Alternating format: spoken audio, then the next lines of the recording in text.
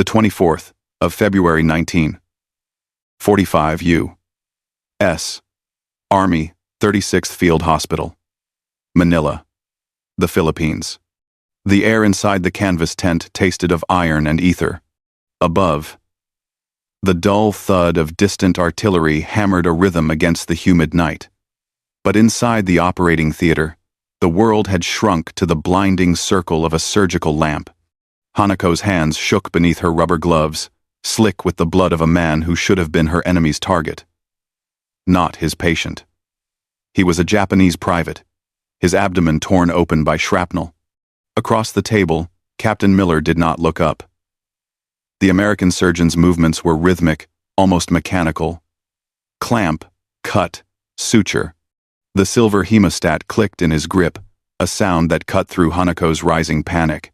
She fumbled with the retraction tool, her vision blurring as the soldier's pressure dropped. The monitor alarms didn't exist then, only the frantic pulse under her fingertips. She expected Miller to shout, to push her aside, to let the Jap die as she had been told they would. Instead, a gloved hand rested firmly over hers. The warmth was shocking against the sterility of the room. The clicking of the hemostat stopped. "Look at me," Miller said, his voice low, cutting through the noise of the generator. He wasn't looking at the wound. He was looking at her terrified eyes above her mask. "I'm here. Don't be afraid. We will save him." The terror in her chest didn't vanish, but it changed shape, melting into something painful and overwhelming. If these stories of humanity in the darkest places resonate with you, please subscribe and share where you are watching from. 3 weeks earlier. The ruins of Intramuros, Manila. The ancient stone walls of Intramuros did not crumble gracefully. They shattered, raining centuries of history down upon the heads of the dying. Inside the makeshift aid station, which had been a wine cellar only days before, the air was thick with the copper tang of blood and the acrid sting of cordite. Hanako adjusted the last bandage on a young private's shattered leg. It was a futile gesture. The linen was already gray with grime, and the wound beneath it was gangrenous. She had no morphine left. The supply crates had been empty for 3 days. All she had were prayers, which she whispered under her breath, and a small glass vial tucked securely in her breast pocket. Potassium cyanide. It was the final ration issued to the Medical Corps, a dark gift from the Empire to protect their honor from the American devils. Above them, the shelling stopped. The sudden silence was heavier than the noise. Then came the sound she had dreaded more than the explosions, the heavy, rhythmic crunch of boots on gravel. "They are here," the soldier on the stretcher rasped, his eyes wide with a terror that transcended his physical pain. He tried to reach for a grenade that wasn't there. Hanako shushed him, her hand trembling as she brushed the dirt from his forehead. She stood up, her knees weak from hunger. The propaganda posters back in the barracks had been clear. The Americans were monsters who feasted on cruelty. Surrender meant humiliation, rape, and a slow, agonizing death. The heavy wooden door at the top of the stairs splintered inward. A beam of harsh white light cut through the gloom, blinding her. Dust motes danced in the beam like restless spirits. "Clear left, clear right," a voice barked in English, harsh and guttural. Hanako's hand went to her pocket. Her fingers closed around the cold glass of the vial. This was it. The honorable exit. She pulled it out, the liquid inside, catching the light. She had practiced this moment in her mind 1,000 times. 3 figures emerged from the dust, silhouette giants with helmets that obscured their faces. Their rifles were raised. "Drop it!" one of them shouted. Hanako didn't understand the words, but the tone was unmistakable. She didn't drop it. She raised the vial to her lips, her hand shaking so violently the glass clicked against her teeth. A deafening crack filled the room, but it wasn't a gunshot. One of the Americans had lunged forward with terrifying speed, his hand swiping the vial from her grip. The glass shattered against the stone wall, the lethal liquid splashing harmlessly onto the debris. Hanako gasped, bracing for the blow, for the bullet, for the violence. She squeezed her eyes shut, waiting for the end. But the blow never came. "Check the wounded," the American said to his companions. His voice was breathless but steady. He grabbed Hanako's shoulder, not with the roughness of an executioner, but with the firm grip of a captor securing a prisoner. He spun her around and pushed her toward the wall, patting her down for weapons. "No weapons, Sarge. Just a nurse," the man said. Hanako opened her eyes. She saw the other two soldiers kneeling beside the boy on the stretcher. They weren't finishing him off. 8. One was cutting away the dirty bandage she had just applied, while the other was radioing for a medic team. The soldier holding her stepped back, keeping his rifle low but ready. He looked at the broken glass on the floor, then back at her. Under the rim of his helmet, his eyes were not red with demonic fury, but blue and tired. He gestured toward the stairs with the barrel of his gun. "Move," he said. Hanako stumbled forward, her heart hammering against her ribs like a trapped bird. She was alive. The realization brought a wave of nausea. She had failed her duty to die.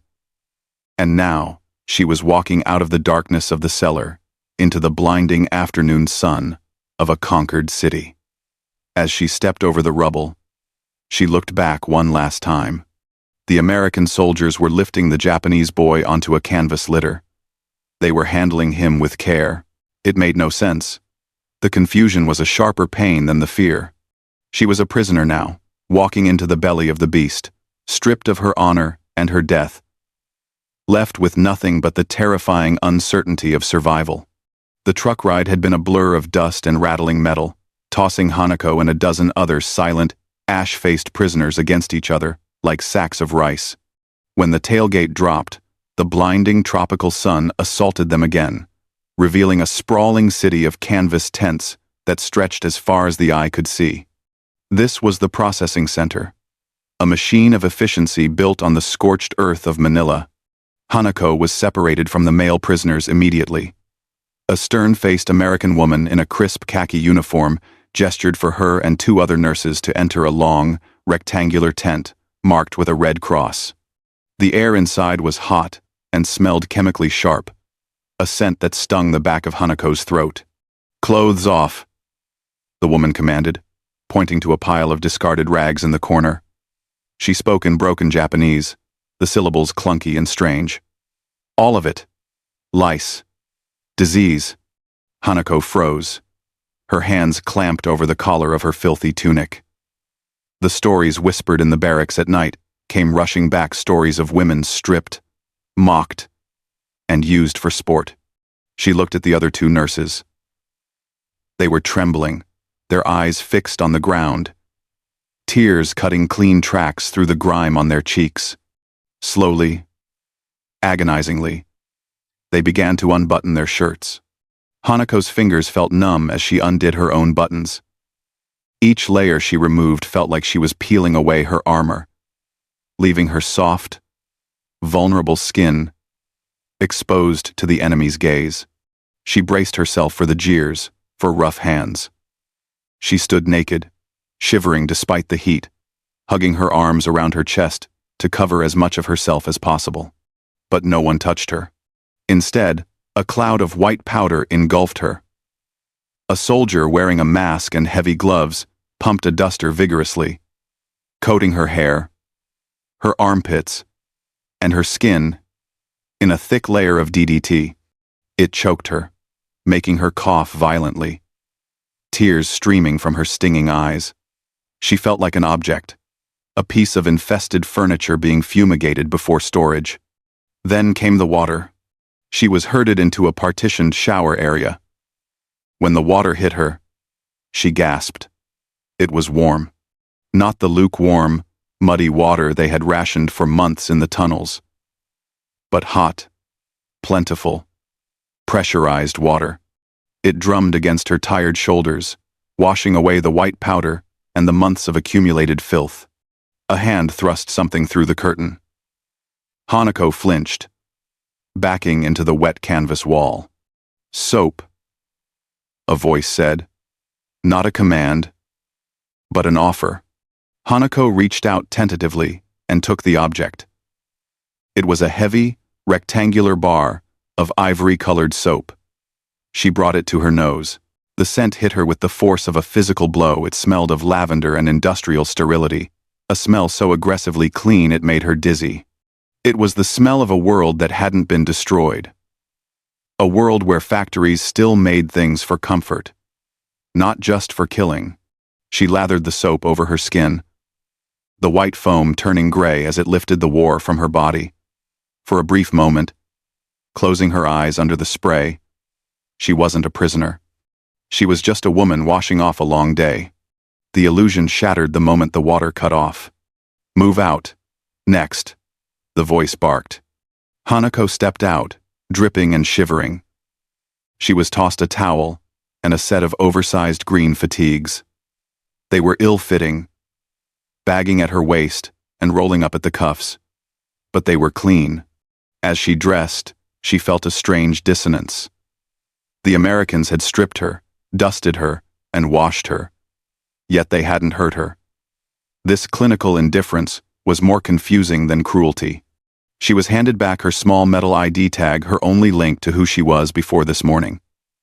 Holding the tag in one hand and the lingering scent of the soap on her skin, Hanako walked out of the tent. She was clean, she was dressed, and she was alive. But as she looked at the rows of barbed wire fencing them in, she tightened her grip on the tag.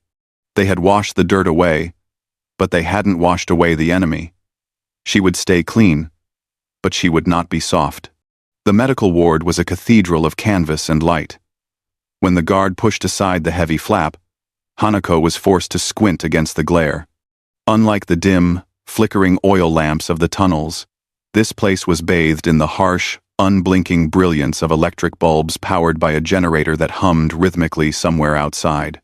She stepped inside, her oversized boots clumping awkwardly on the wooden floorboards laid over the mud. The space was vast, lined with rows of cots. The air here didn't smell of rot or fear. It smelled of rubbing alcohol and starch. But what stopped her breath was the sight of the patients. They were Japanese soldiers, men she might have passed in the ruins of Intramuros, men who should have been dead or executed. Instead, they were lying in clean sheets, their wounds bandaged with pristine white gauze. A tall figure in a white coat moved between the beds. He turned as she entered, his movements efficient and tired. This was Captain Miller. He was younger than she expected, with dark circles under his eyes and a jaw shaded with stubble. He held a clipboard in one hand and a stethoscope in the other, tools of healing that looked alien in the hands of a conqueror. He looked at the guard, then at Hanako, his gaze dropping to the red cross pinned to her collar. "Nurse?" he asked. The word was English, but the intonation was a question she understood. Hanako nodded stiffly, her chin held high. She would not show fear. She prepared herself for a barked order, for him to force her to clean the floors or empty the latrines. Miller didn't bark, he simply gestured for her to follow him. He walked to a metal cabinet against the far wall and unlocked it with a key attached to his belt. The doors swung open, and Hanako felt a physical jolt, as if she had been struck. The shelves were lined with rows of glass vials, amber bottles, and sealed boxes. She recognized the labels, though some were in English. Morphine, sulfa powder, and there, in a precious, temperature-controlled section, was penicillin. Hanako stared, her mouth going dry. In the tunnels, she had watched men scream themselves to death because she didn't have a single drop of anesthetic. She had seen gangrene eat limbs because they had no antibiotics. Yet here, in the enemy's tent, there was enough medicine to save a battalion. Miller reached in and pulled out a vial of morphine and a fresh syringe. He handed them to her, then pointed to a soldier 3 beds down who was groaning softly, his leg encased in a plaster cast. "For pain," Miller said, pantomiming an injection. 2 cc. Hanako held the vial, the glass cool against her palm. It felt heavy, burdened with a terrible question. Why? Why waste this liquid gold on a defeated enemy? Was it a trick? Was it poisoned? Or perhaps the Americans were so rich, so overflowing with resources, that saving the enemy was just a way to flex their logistical muscle? She walked over to the soldier. He looked up at her, his eyes glassy with fever. He recognized her uniform, or perhaps just her face, and a flicker of relief crossed his features. "Sister," he whispered in Japanese. "Water." Hanako glanced back at Miller. The American captain had already moved on to the next patient, checking a chart. He wasn't watching her with a gun. He was trusting her with the drugs. She drew the liquid into the syringe, checking the dosage with the precision she had been trained for. As she administered the shot, she watched the soldier's face relax, the lines of agony smoothing out as the drug took hold. She looked around the tent again. It was too clean, too quiet. It felt like a laboratory. Perhaps that was it. They were specimens.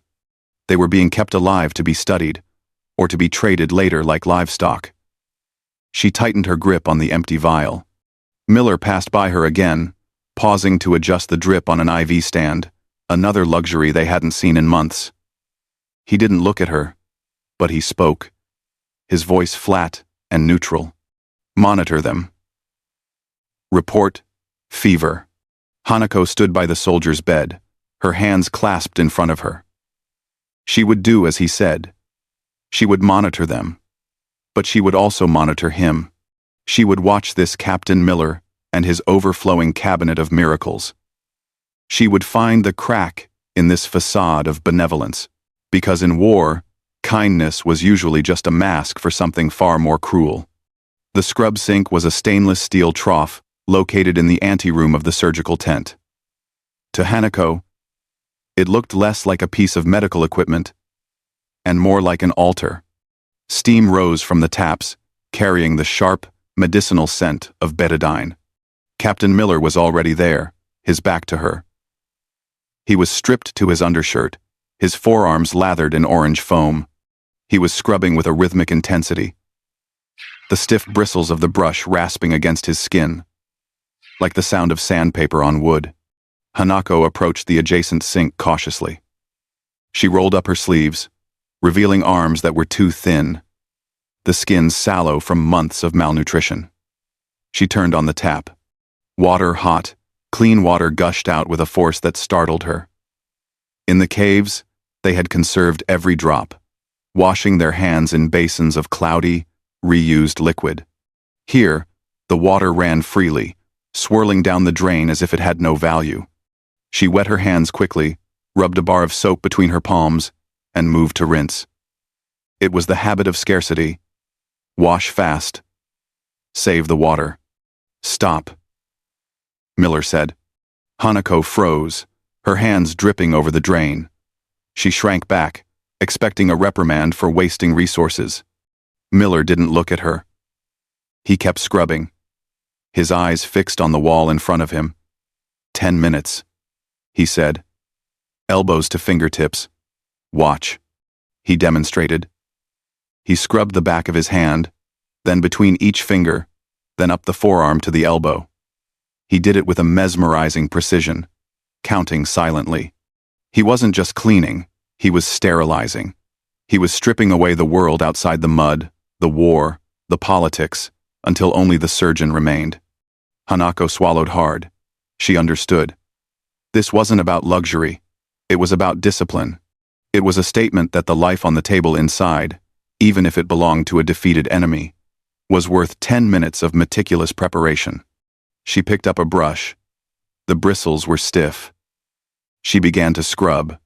For a long time, the only sound in the small tent was the hiss of the water and the dual rasping of their brushes. Scrub, rinse, lather, scrub. The rhythm synced up. The steam enveloped them, blurring the edges of their uniforms until they were just two figures in the mist, performing the same ritual.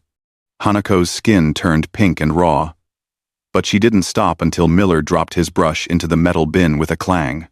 He held his hands up, water dripping from his elbows, keeping his sterile palms away from his body. Hanako mimicked him. "Don't touch anything," he said, backing through the swinging door into the operating theater. She followed him in. The operating room was even brighter than the ward. In the center, under the halo of the surgical lamp, lay a Japanese soldier. His leg was prepped and draped in blue sterile cloths, leaving only the angry, blackened wound exposed. A medic helped Miller into his gown and gloves. Another helped Hanako. As she stepped up to the table opposite the captain, the layout of the instruments caught her eye.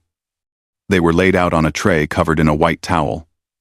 Scalpels, retractors, forceps. They were not the rusted, dull tools she had struggled with in Intramuros. These were stainless steel, polished to a mirror finish. They gleamed under the electric light. Miller held out his hand, palm open, eyes locked on the wound. Scalpel. Hanako hesitated for a fraction of a second. This was the dance she knew, the universal language of the operating theater. She picked up the scalpel. It felt perfectly balanced, heavy and sharp. She placed it firmly into his gloved hand. He made the incision. Blood welled up, dark and fast. "Clamp," he said. Hanako reached for the hemostat. The metal was cool even through her latex gloves. She slapped it into his palm. Click. The flow of blood stopped. They worked in silence after that. Pass, cut, clamp, tie. There was no American or Japanese here. There was only the bleeding vessel and the instrument designed to stop it. The hemostat moved between them like a baton in a relay race, a silver bridge connecting her hands to his. For the first time since the surrender, Hanako's hands did not shake. She was not a prisoner of war in this circle of light. She was a nurse, and she was working. Death in the tunnels of Intramuros had been loud screaming, exploding, collapsing. But death in the American field hospital was terrifyingly quiet. It arrived in the darkest hour of the night, slipping between the rows of cots to claim Private Tanaka. Tanaka had been recovering. Hanako had checked his vitals herself that afternoon. His fever had broken, and he had even managed a weak smile when she adjusted his pillow. Now, he lay still under a white sheet that looked gray in the shadows, his body already removed by the night orderlies. The silence in the tent was heavy, charged with an unspoken current. The other prisoners were awake. Hanako could feel their eyes glowing in the dark, watching her as she moved down the aisle. "They killed him," a voice hissed from the darkness. It was Sergeant Ito, a man whose leg had been amputated 2 days prior. He propped himself up on one elbow, his face a mask of sweat and hatred. "I saw the doctor inject him. A large glass syringe. After that," Tanaka stopped breathing. A murmur of assent rippled through the ward. Experimentation. The word hung in the humid air like a poisonous vapor. The propaganda officers had warned them about this. The Americans were technologically advanced, they said, because they had no soul. They used prisoners like lab rats to test their chemicals. Hanako stood frozen at the foot of Tanaka's empty cot. Her heart hammered against her ribs. She wanted to defend the treatment she had witnessed, but doubt, like a cold worm, burrowed into her stomach. Why had Miller given Tanaka an injection so late? Why use precious medicine on a man who was already improving? Unless he wasn't improving. Unless the medicine wasn't medicine at all. She needed to know. Later, when the ward settled into an uneasy, feigned sleep, and the lone guard at the entrance was busy lighting a cigarette, Hanako slipped toward the nurse's station. It was a small, partitioned area at the front of the tent, separated by a canvas screen. Inside, a single desk lamp cast a pool of yellow light over a stack of clipboards. Captain Miller was not there. Hanako moved with the silence of a ghost. She found Tanaka's chart near the top of the pile. Her hands trembled as she flipped the metal cover. She couldn't read all the English medical jargon, but she knew the numbers, and she knew the names of the drugs. She traced the entries for the last 12 hours. 22. Temp spiked 104 degrees Fahrenheit.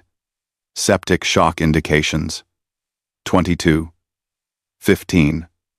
Adrenaline administered. 22. 30. Penicillin. 100,000 units. Hanako gasped softly. 100,000 units. It was a fortune. A dose that size could have saved 10 men with minor infections. It was reserved for high-ranking officers, for their own boys. She read on. 23:45. No response. Penicillin. Repeat dose. 0:30. Patient coding. CPR. Initiated. 1:15. Time of death. The handwriting at the bottom was jagged, the letters pressed hard into the paper, betraying exhaustion or frustration. She looked up from the chart. On the corner of the desk, sitting in the shadows, was an empty vial of penicillin and a used glass syringe, waiting to be sterilized. Next to it was a half-drunk cup of cold coffee and an ashtray full of crushed cigarette butts. The evidence was irrefutable. Miller hadn't murdered Tanaka. He had thrown the most expensive resources the U.S. Army possessed at a dying enemy soldier, and he had stayed awake until the early morning trying to pull him back from the edge. The poison Ito had seen was a desperate, final attempt to save a life. Hanako closed the chart, the metal snap sounding like a gunshot in the quiet tent. Shame flushed through her, hot and prickling. She had been ready to believe the worst, ready to fuel the fire of hatred among the men. She looked back at the rows of sleeping soldiers. They were alive because of the food, the clean sheets, and the medicine provided by the devils. But how could she tell them? How could she explain that the enemy cared more for their survival than their own empire, which had ordered them to die rather than surrender? She placed the clipboard back on the stack, exactly aligned with the others. As she crept back to her cot, the scent of the antiseptic soap on her skin seemed to mock her. It was the scent of truth, sharp and uncomfortable.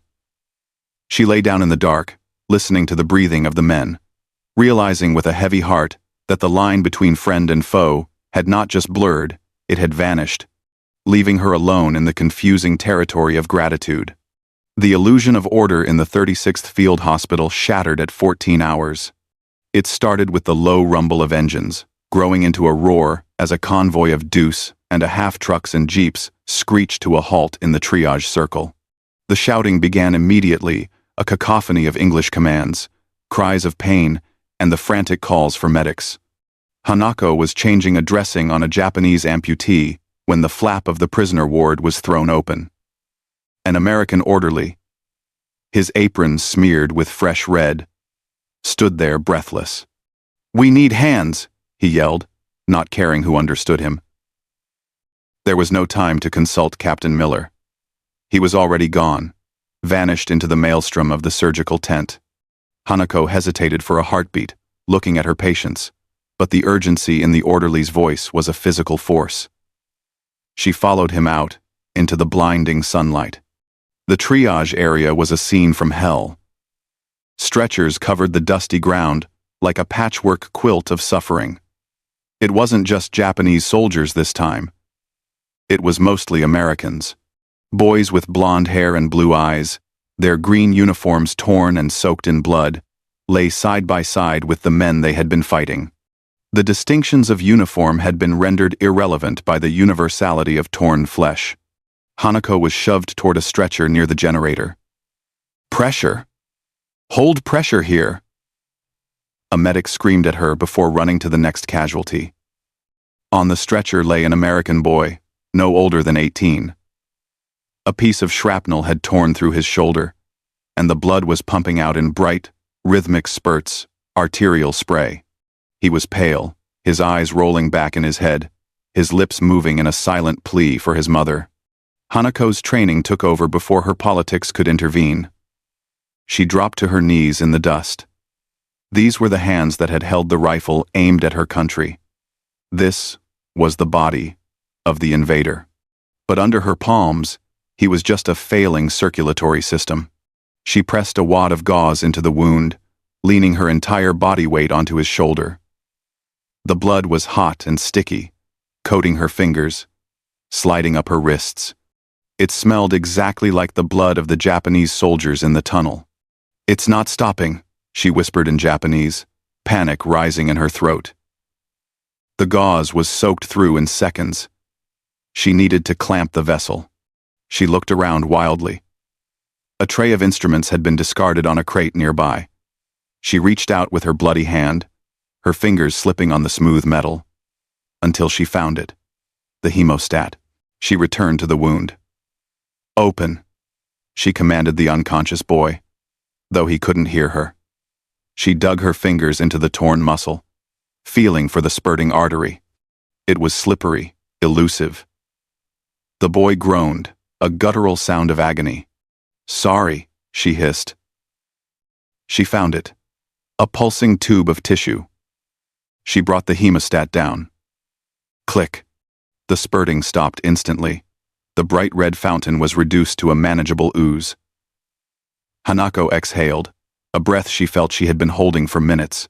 She clamped a second bleeder, then a third, the metallic click-click of the instrument acting as the only punctuation in the chaos around her. "Don't move that clamp." The voice came from above. Hanako flinched, looking up. Captain Miller was standing over her. He was covered in blood, his mask hanging off one ear. He was looking down at her hands at the Japanese nurse buried elbow-deep in the shoulder of an American GI. He didn't pull her away. He didn't yell at her for touching one of his men. "Good catch," Miller said, his voice rough. He looked at the hemostat locking off the artery. "You saved his arm. Maybe his life." He grabbed a roll of bandages and began to wrap the shoulder, working around Hanako's hands. For a moment, they worked in tandem, 4 hands weaving gauze around the injury.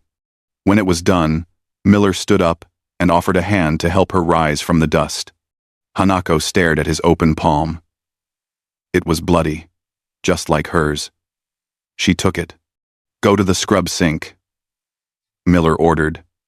But the edge was gone from his voice. He gestured to the rest of the triage area. "Wash up. I have 3 more cases waiting. I need you in OR2. He didn't say prisoner. He didn't say nurse. He just said he needed her. Hanako looked down at her uniform, stained dark with the enemy's blood. She nodded once, gripping the hemostat she had retrieved from the tray, now her tool, her weapon against death, and ran toward the surgical tent. The barrier had not just been crossed. It had been flooded. The war, which had felt miles away inside the sterile bubble of the hospital tent, suddenly announced its return with a vengeance. The ground shuddered first, a deep, geological tremble that rattled the instrument trays. Then came the sound, the low, tearing whistle of incoming artillery, followed by a concussive thump that sucked the air out of the room. Inside Operating Room 2, the world tilted. The overhead electric lamp, usually a steady sun of unwavering white, flickered violently.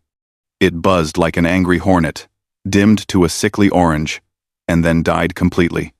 Blackness swallowed the room. For a second, there was total silence, broken only by the heavy breathing of the staff and the erratic, wet gurgle of the patient on the table. It was the young soldier from the Intramuros tunnel, the one whose life Hanako had traded her honor to save. His abdominal wound had reopened, a hidden vessel bursting deep within the cavity. "Flashlights." Miller's voice cracked through the dark, stripping away the calm demeanor he usually wore like armor. "Get the battery lamps. Now." Beams of yellow light slashed through the darkness as the medics scrambled.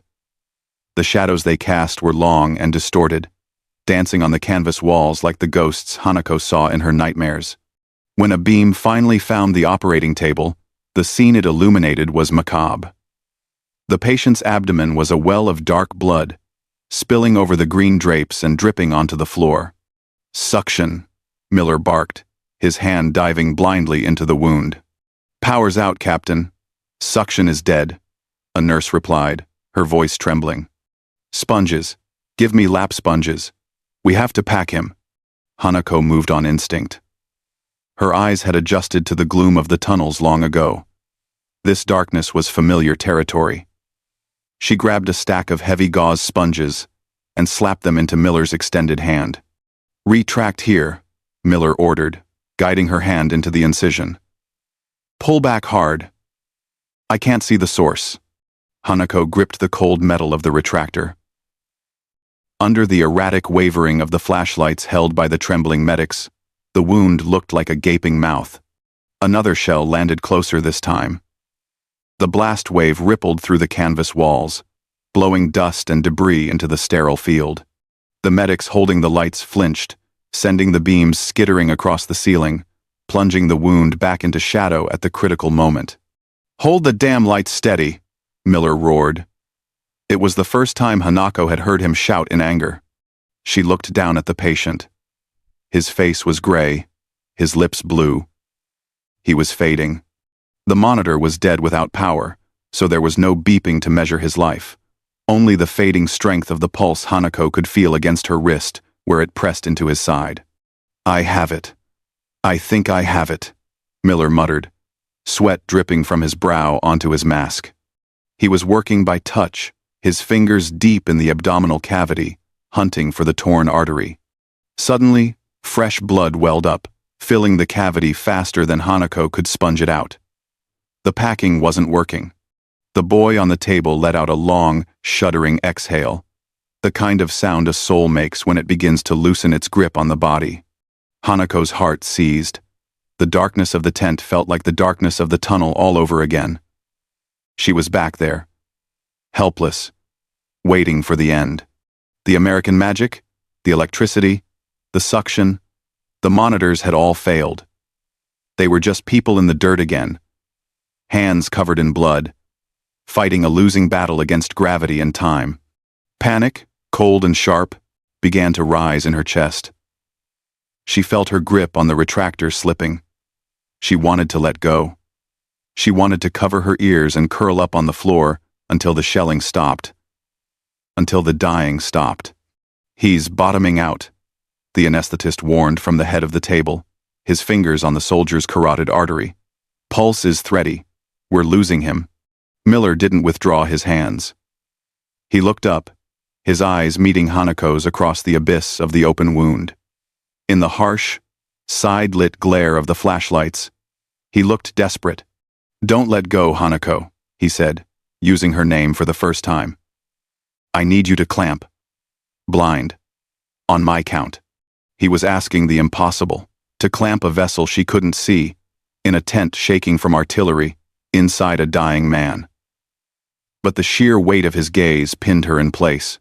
She reached for the hemostat on the tray, her fingers closing around the familiar steel loops. It was the only solid thing in a world that was dissolving into chaos. The hemostat slipped. It wasn't a clumsy mistake. It was a failure of will. Hanako's fingers, slick with blood and sweat, simply refused to close.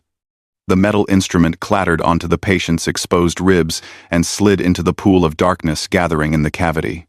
"I can't," she gasped, the words tearing out of her throat. "It's no use. He's dead. We are all dead." The fatalism of the tunnels seized her.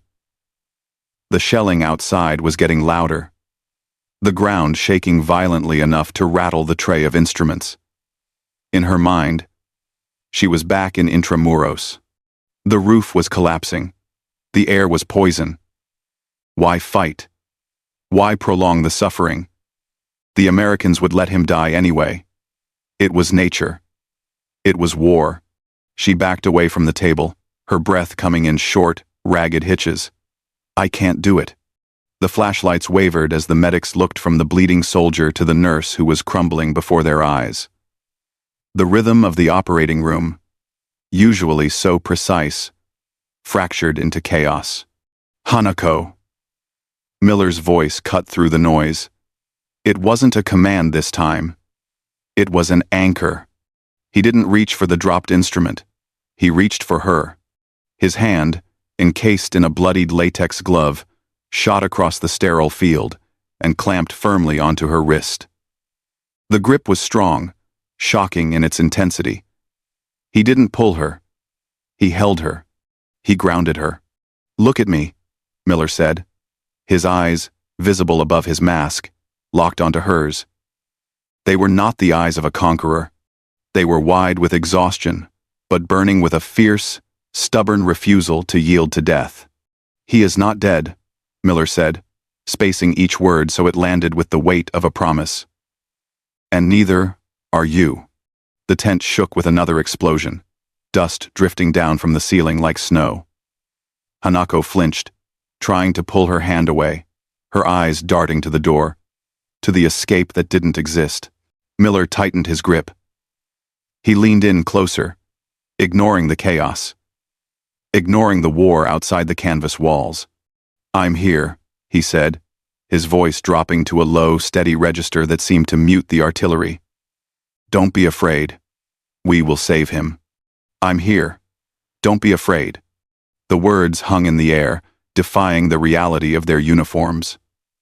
A U.S. Army captain was promising safety to a Japanese prisoner, pledging his presence as a shield against the void. It broke something inside her, not a bone, but a cage. The rigid structure of hatred and fear she had built to survive the last few months shattered. The trembling in her hands didn't stop, but the paralysis vanished. She looked at Miller, then down at the dying boy. He was one of hers, and Miller was fighting for him harder than she was. She took a shuddering breath, inhaling the scent of iron and antiseptic soap. She stepped back to the table. "Retractor," she whispered. She reached into the wound, finding the slippery tissue. She didn't look away. She didn't flinch when the next shell hit. She guided Miller's hand. "There," she said, "the bleeder, behind the liver." Miller didn't hesitate. He drove the clamp down blindly, guided only by her voice and his tactile sense. Click. The sound was small, metallic, and final. Miller held his breath, then slowly released the pressure on the sponge. "Suction," he ordered quietly. A medic manually pumped the suction bulb. The blood cleared, and it stayed clear. The vessel was clamped. The flow had stopped. "Got it," Miller breathed, his shoulders slumping slightly. "We got it." They worked rapidly to close, stitching the layers of muscle and skin back together by the dim light of the battery lamps. When the final knot was tied, Miller stepped back and stripped off his gloves. "Good work," he said to the room. Hanako didn't answer.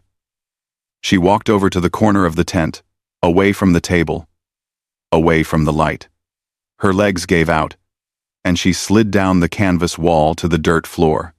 She pulled her knees to her chest, burying her face in her hands. The tears didn't start as a trickle. They came as a flood.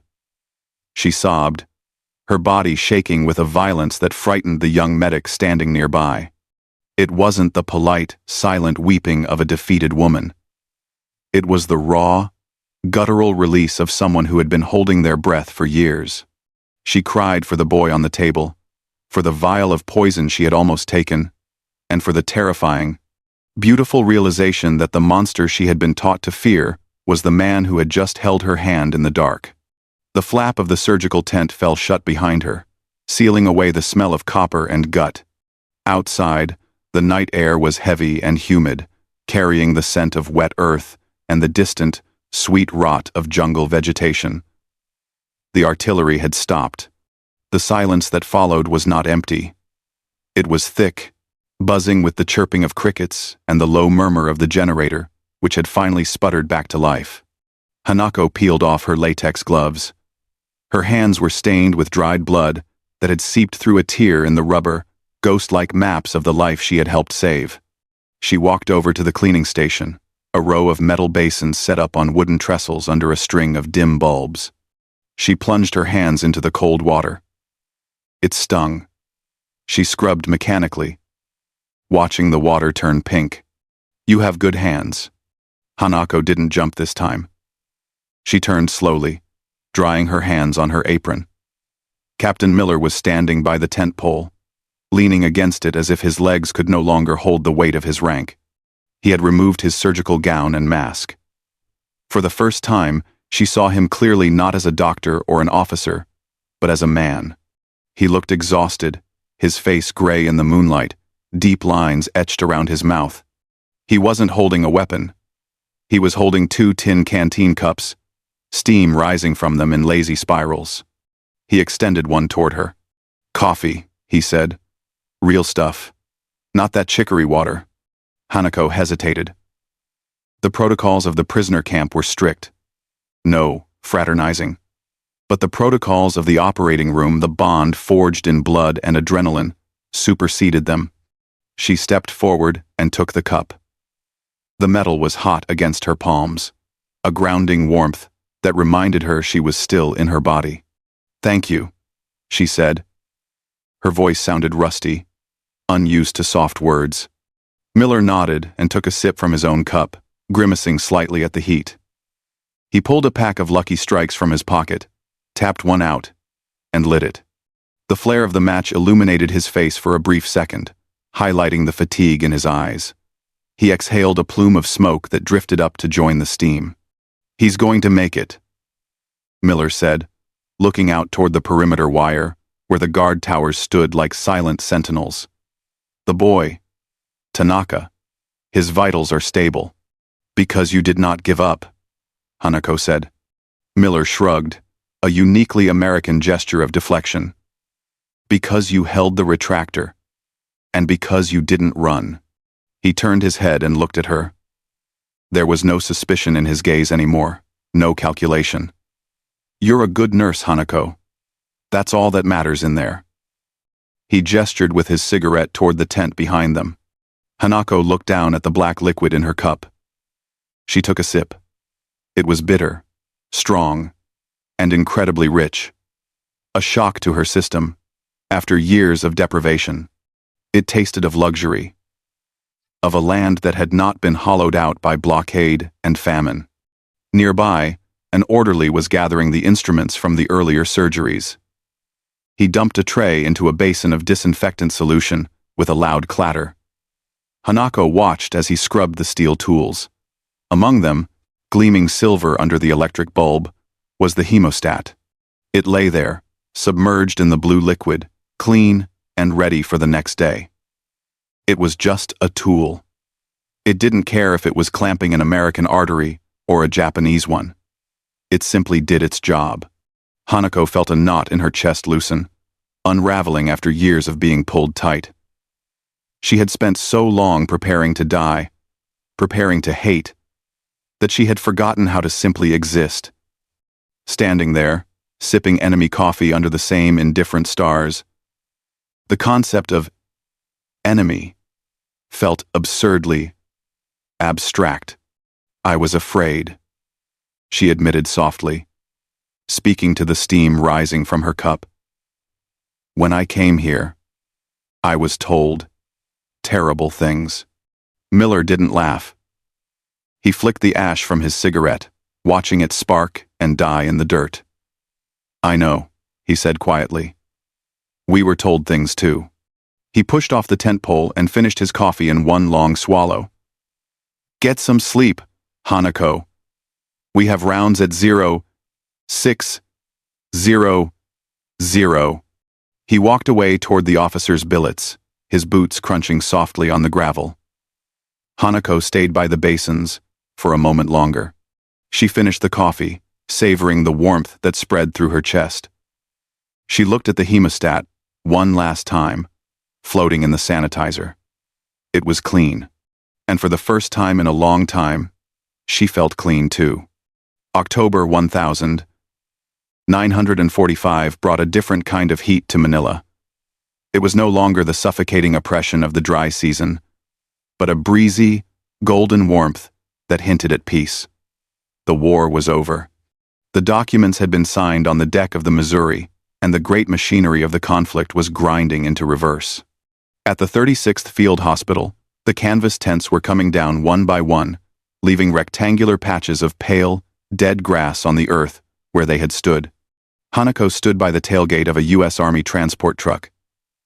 The engine idled with a deep, throaty rumble, vibrating through the soles of her boots. Around her, the men she had nursed for months were climbing aboard.